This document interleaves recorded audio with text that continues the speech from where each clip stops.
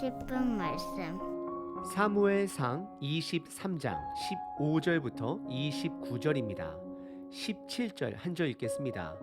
곧 요나단이 그에게 이르기를 두려워하지 말라. 내 아버지 사울의 손이 내게 미치지 못할 것이요 너는 이스라엘 왕이 되고 나는 내 다음이 될 것을 내 아버지 사울도 안다 하니라. 오늘 본문은 23장 후반부의 내용입니다. 하지만 오늘은 23장 전체를 함께 살펴보겠습니다. 왜냐하면 그래야 보다 선명한 하나님의 섭리를, 주권을 볼 수 있기 때문입니다. 여러분들은 어떻게 생각하시나요? 하나님의 섭리는 성경 안에만 있는 것인가요? 저와 여러분들 삶 안에도 분명히 하나님의 섭리는 있습니다. 단지 우리가 그것을 보지 못할 뿐입니다. 우선 23장의 시작 부분과 끝 부분에는 구원이 드러납니다.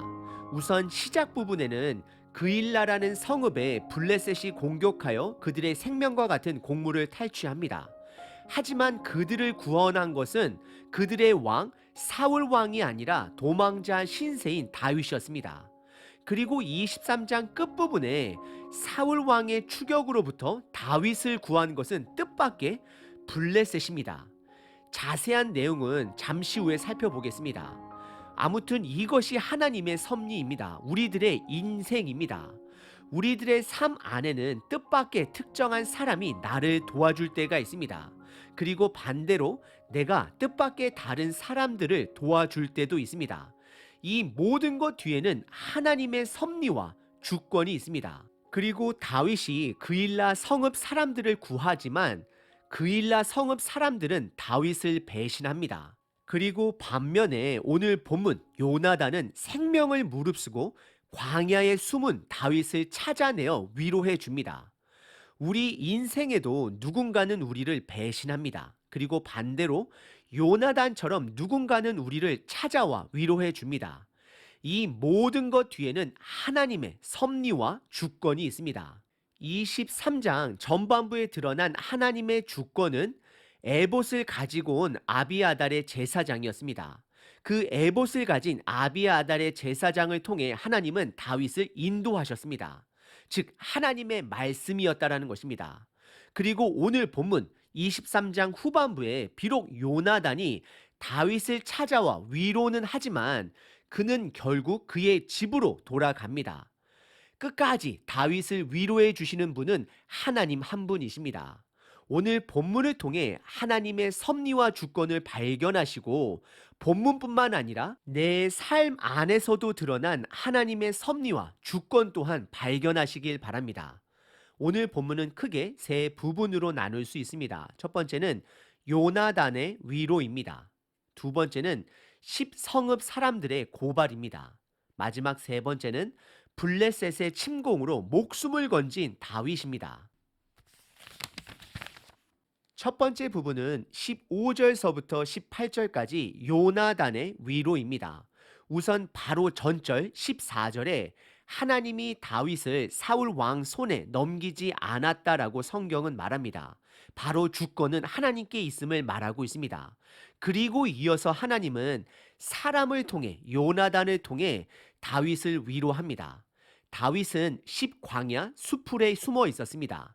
10광야 수풀 이름에서도 짐작할 수 있다시피 10광야 수풀이라 불리는 곳은 숨기 좋은 장소입니다. 광야이지만 수풀이 있다라는 것은 물이 있다라는 것입니다. 다윗은 10광야 수풀에서 사울 왕으로부터 몸을 숨기고 있었습니다. 그리고 16절에 사울 왕의 아들 요나단이 다윗을 찾기 위해 광야로 들어와 다윗을 찾아냅니다. 우리는 여기서 하나님의 섭리 하나를 발견할 수 있습니다. 사울 왕은 군사들을 풀어 다윗을 찾고자 하여도 그를 찾아내지 못했습니다. 하지만 반면에 요나단은 다윗을 찾을 수 있었습니다. 그 당시는 서로 연락할 수 있는 핸드폰도 없었던 시대였습니다. 요나단이 광야에서 다윗을 찾을 수 있었던 것은 바로 하나님의 도우심, 인도하심입니다. 하나님의 섭리가 보이시나요? 여러분들이 누군가를 돕고자 하는 마음만 있다라면, 그리고 행동에 옮기게 된다라면 찾게 될 것입니다. 문제는 우리의 마음과 결단에 달려 있습니다. 하나님은 요나단을 통해 다윗을 위로하셨습니다. 17절입니다.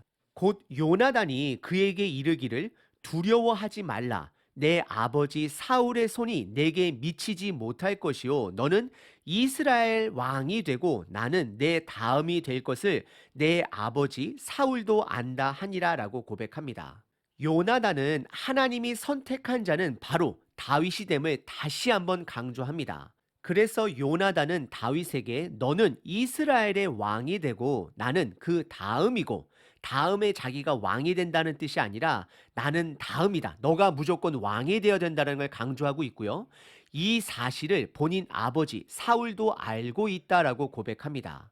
그리고 18절의 둘은 다시 한번 언약을 확인하고 다윗은 광야 수풀에 머물고 요나단은 본인 집으로 돌아갑니다. 마지막 18절은 우리에게 두 가지 가르침을 주고 있습니다. 첫 번째는 하나님께서 사람들을 통해 위로하신다라는 것입니다.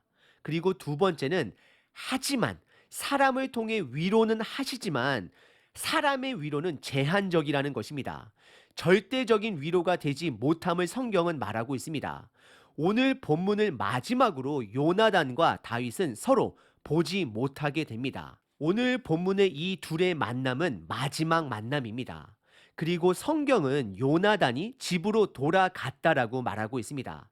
그리고 다윗은 하나님의 인도하심이 있는 광야 수풀에 머물게 됩니다. 다윗에게도 요나단의 방문은 큰 힘이 되었을 것입니다. 하지만 요나단은 다시 집으로 돌아갑니다. 다윗과 계속해서 함께 하시는 분은 바로 하나님 한 분이십니다. 18절입니다. 두 사람이 여호와 앞에서 언약하고 다윗은 수풀에 머물고 요나단은 자기 집으로 돌아가니라라고 기록합니다. 오늘 본문의 첫 번째 부분은 요나단이 다윗을 위로하는 내용입니다. 오늘 본문의 두 번째 부분은 10성읍 사람들의 고발입니다. 다윗은 지금 10이라 불리는 광야에 머물고 있습니다. 그러다 보니 그 지형을 잘 알고 있는 10성읍 사람들에게 노출이 되었을 것입니다. 그래서 19절에 보시면 그때에 10성읍 사람들이 사울 왕에게 다윗의 위치를 고발하게 됩니다. 이들은 왜 그들을 돌보지도 않는 사울 왕에게 이런 충성을 했을까요? 사울 왕은 그일라 성읍 사람들이 블레셋으로부터 공격을 받았음에도 불구하고 그는 관심이 없었던 왕이었습니다. 오히려 다윗을 잡기 위해 그일라로 향했던 자였습니다. 그리고 분명 10성읍 사람들도 그일라 성읍을 구한 것은 사울 왕이 아닌 다윗임을 알았을 것입니다. 하지만 왜 이들은 사울 왕에게 다윗의 위치를 고발했을까요? 그 이유는 아마도 사울 왕의 보복을 두려워했을 것입니다. 여러분들 높 성읍의 사륙 사건을 기억하시나요? 다윗에게 먹을 것과 무기를 제공한 아히멜렉 제사장의 성읍 모든 사람들을 사울 왕이 멸절시켰습니다. 이 사건으로 인해 10성읍 사람들은 사울 왕의 보복을 두려워하여 다윗의 위치를 고발했을 것입니다. 이들은 스스로 살아남기 위해 다윗을 고발한 것입니다. 그리고 23장 초반부에 다윗이 블레셋으로부터 구해준 그일라 성읍 사람들 또한 사울 왕의 보복이 두려워 다윗을 사울 왕에게 넘겨주려고 했던 것이었습니다. 이것이 우리의 현실입니다. 내가 살아남기 위해 남을 고발하고 죽이는 것이 우리의 죄의 본성입니다. 우리 주변 어떤 사람들은 옳고 그름에 판단하지 않고 권력자 편에 서서 본인의 안전을 지키려고 합니다. 하지만 믿음의 사람은 누가 힘을 가졌는지를 보는 것이 아니라 누가 하나님 편에 서 있는지를 보고 그와 함께 서야 합니다. 하지만 20절에 10성읍 사람들은 사울 왕을 두려워하여 그에게 아부를 합니다. 그들의 표현에 의하면 다윗을 사울 왕에게 넘기는 것이 그들의 의무다라고 그들은 고백합니다. 그리고 이어지는 21절에 보시면 어처구니가 없이 사울 왕은 여호와의 이름으로 다윗을 고발한 10성읍 사람들을 축복합니다. 이것이 바로 사울 왕의 착각의 착각의 착각입니다. 10성읍 사람들도 사울 왕도 하나님의 섭리와 주권을 보지 못하면서도 하나님의 이름을 말하고 있습니다. 그리고 22절에 사울 왕은 다윗의 똑똑함이 신경이 쓰였는지 10성읍 사람들에게 보다 정확하게 다윗이 어디에 숨어 있었고 누가 그를 보았는지 자세한 정보를 추가적으로 요구하게 됩니다. 하나님의 주권을 보지 못하는 자들은 인간적인 능력에 집중합니다. 다윗이 사울 왕으로부터 요리조리 도망 다닐 수 있었던 것은 다윗의 인간적인 능력, 지혜가 아닙니다. 똑똑함 때문이 아닙니다. 하나님의 보호하심 때문입니다. 저와 여러분들을 궁극적으로 지켜주시고 보호하시는 분은 하나님 한 분이시라는 것을 기억하시길 바랍니다. 오늘 본문의 두 번째 부분은 10성읍 사람들이 10광야에 숨어 있는 다윗을 사울 왕에게 고발했습니다. 오늘 본문의 마지막 세 번째 부분은 24절서부터 29절까지 뜻밖의 블레셋의 침공으로 다윗이 목숨을 건지는 내용입니다. 하지만 이 모든 것 뒤에는 하나님의 섭리와 주권이 있음을 볼 수 있어야 합니다. 24절에 10성읍 사람들은 다윗이 숨은 곳을 찾기 시작합니다. 그리고 25절에 다윗이 마온 황무지에 숨어 있는 것을 발견하고 사울 왕에게 이를 알리게 됩니다. 그리고 26절에 성경은 사울이 산 이쪽으로 가매 다윗과 그의 사람들은 산 저쪽으로 갔다 표현합니다. 사울 왕이 이쪽으로 다윗을 잡으러 오면 다윗은 저쪽으로 피합니다. 이쪽 저쪽으로 할 수 있었던 것은 하나님의 인도하심 때문에 가능한 것입니다. 이것을 다윗의 우연이나 운으로 보면 안 됩니다. 다윗에게는 에봇을 입고 있는 아비아달 제사장이 있음을 기억하셔야 합니다. 즉 하나님의 말씀이 함께 하심을 기억해야 합니다. 그러나 여전히 그럼에도 불구하고 다윗은 사울 왕을 두려워합니다. 하지만 27절에 그때 사울 왕의 전령이 그들 진영에 블레셋이 쳐들어왔음을 사울 왕에게 알리게 되고 이 사건으로 인하여 사울 왕이 다윗 쫓기를 잠시 멈추게 됩니다. 그리고 돌아갑니다. 그리고 이 기회에 다윗은 29절에 엔게디 요새로 장소를 옮겨 숨게 됩니다. 오늘 본문의 세 번째 부분은 뜻밖의 블레셋의 침공으로 다윗이 목숨을 건지는 내용이었습니다. 이 모든 것 뒤에는 하나님의 인도하심과 보호하심이 있습니다. 오늘 본문을 통해 우리는 하나님의 섭리를, 주권을 볼 수 있어야 합니다. 그리고 하나님의 섭리와 주권은 성경 안에만 있는 것이 아님을 내 삶을 통해 반드시 경험하셔야 합니다. 하나님의 섭리는 정말로 놀랍습니다. 때로는 이상합니다. 이해할 수 없습니다. 도망자 다윗이 그일라 성읍을 구하게 하시고 그리고 그일라 성읍 사람들은 다윗을 배신합니다. 그리고 사울 왕은 다윗을 찾아 죽이고 싶어도 다윗을 찾지 못하지만 그의 아들 요나단은 다윗을 찾아 그를 위로합니다. 하지만 여전히 본인들이 살아남기 위해 다윗을 고발하는 성읍 사람들이 등장합니다.